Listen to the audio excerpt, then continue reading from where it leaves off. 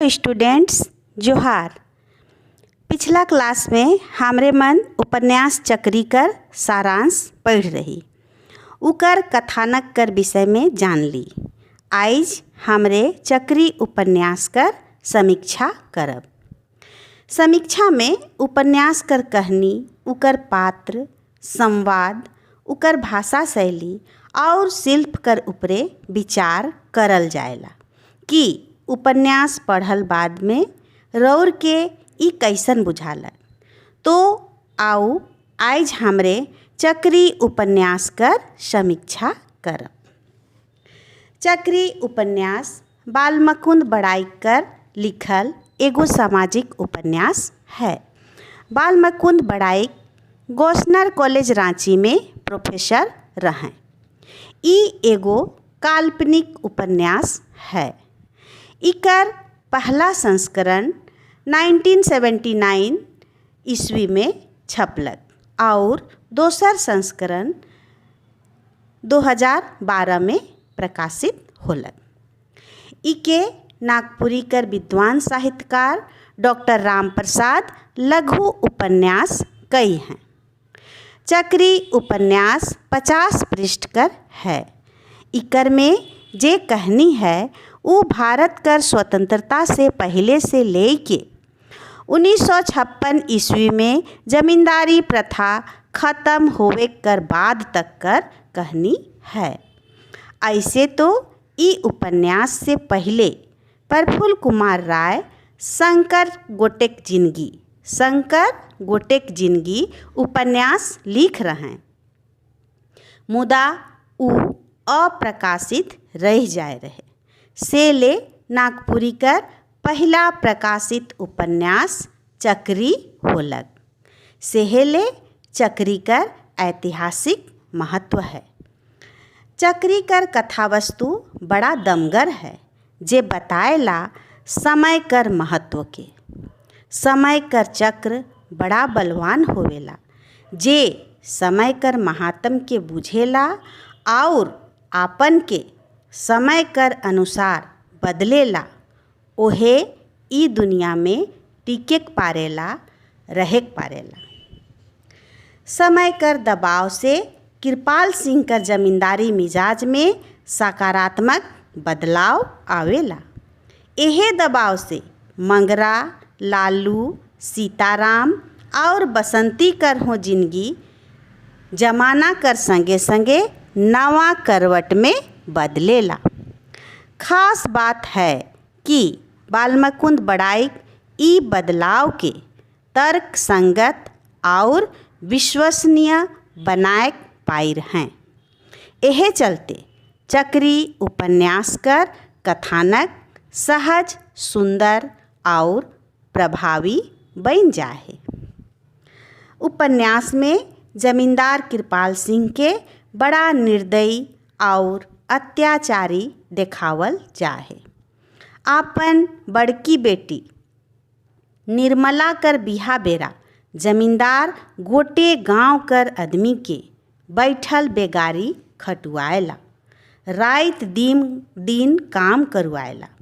खाए पिए व्यवस्था तो जमींदार करवाए रहे, मुदा इतना कम खाए रहत रहे कि केखो मिलत रहे, केखो नहीं मिलत रहे।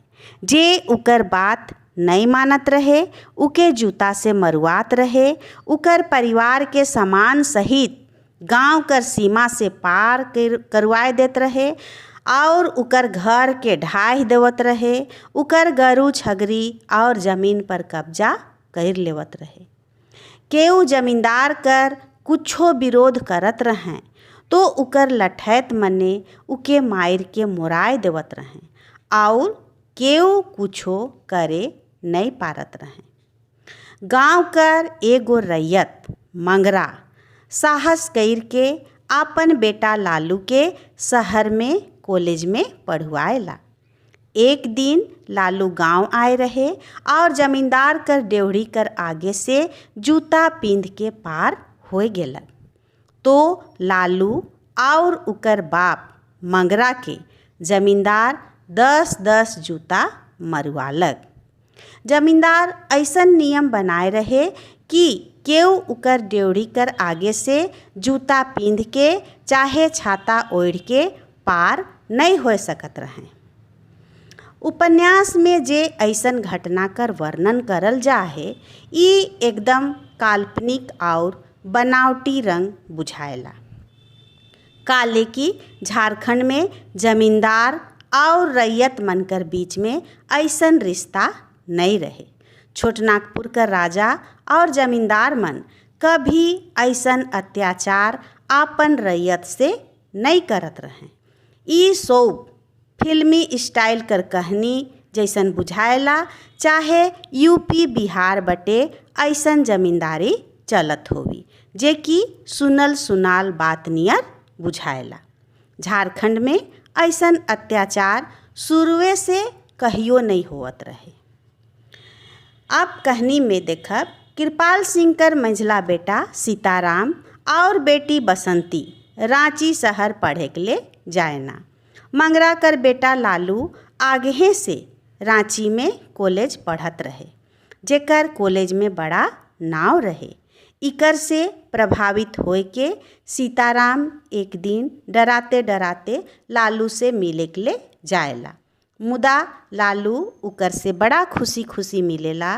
लालू उकर नाव करेला और कहेला कि उकर विचार जमींदार से अलगे है, माने उकर बाप से अलगे है। बाद में बसंती हो लालू के पसंद करे लागेला। एहे बीच कृपाल सिंह कर जमींदारी चल जाएला। सीताराम कृपाल सिंह के समझाए बुझाए के एगो अस्पताल बनवाएला और हुआ लालू के डॉक्टर राखेला। पाछे बसंती हो लेडी डॉक्टर बनेला। दुयो एक दूसरा के पतियाए लागेना। एहे बीच में सीताराम कर बिहा होवेला। उकर बोहरिया आपन ननद कर बात के जाइन जाएला और सीताराम के बताएला। सीताराम भी ई रिश्ता के पसंद करेला और अपन बाप के समझाएला। कृपाल सिंह इके जाइन के बड़ा रोष खिसाएला। मुदा आखिर में ना नुकुर करल बाद अपन बेटी कर बिहा लालू से कर देवेला। संगे संगे अस्पताल के हों बेटी के दे देवेला। कृपाल सिंह कर ई नाटक में हमरे देखिला कि कई ठो नाटकीय मोड़ है। कृपाल सिंह कर 3 गो बेटा कर बात उपन्यास कर कहानी में कहल जा है, मुदा खाली मंझला बेटा सीताराम कर विषय में बतावल जा है और 2 गो भाई कर कोनो चर्चा नखे। उपन्यास कर कथानक में हो स्पष्टीकरण कर कमी बुझाएला। सीताराम कर शादी होवेला, इकर भी कोनो स्पष्ट वर्णन नखे। इकर बावजूद उपन्यास कर भाषा सरल मधुर और रसगर है और सेले उपन्यास ई भाषा से लोकप्रिय बनलक। नागपुरी भाषा कर पूर्णा शैली कर सुपट सुगंध इकर में मिलेला। विशुद्ध गांव गंजार कर सरल सुपट नागपुरी कर व्यवहार उपन्यासकार इकर में कईर हैं, जेकर से इकर भाषा रसगर बुझाएला। जैसे कि छौआ, बिहा, छेउर, मंदियाल, डेवढ़ी, इंजोत, बखरी आदि ठेठ नागपुरी कर प्रयोग इकर में करल जा है। इसने उपन्यास में मुहावरा और कहावत कर भी सुंदर प्रयोग करल जा है। जैसे मूड में चढ़े, दिन में चांद और रात में सूरज उगे। उपन्यास में उर्दू, अंग्रेजी और हिंदी शब्द कर हो प्रयोग करल जा है। उपन्यास कर शैली कथा वस्तु कर अनुसार सटीक है। कथानक के प्रस्तुत करे कर ढंग के शैली कहल जाएला। पात्र कर अनुसार उकर मनोभाव के सुंदर शैली में उपन्यासकार प्रस्तुत कईर हैं। ई उपन्यासकार कर निपुणता और सोच के बताएला। शिल्प कर ख्याल से उपन्यास तनिक कमजोर बुझाएला, मुदा कुछो हो चक्री उपन्यास कर आपन ऐतिहासिक महत्व है। काले की ई नागपुरी कर पहला प्रकाशित उपन्यास है। संगे संगे उपन्यास कर भी व्यक्तित्व कर निखार ई उपन्यास में होए है। तो आज हमरे जान ली चक्री उपन्यास कर समीक्षा। तो आज ले इतने। धन्यवाद।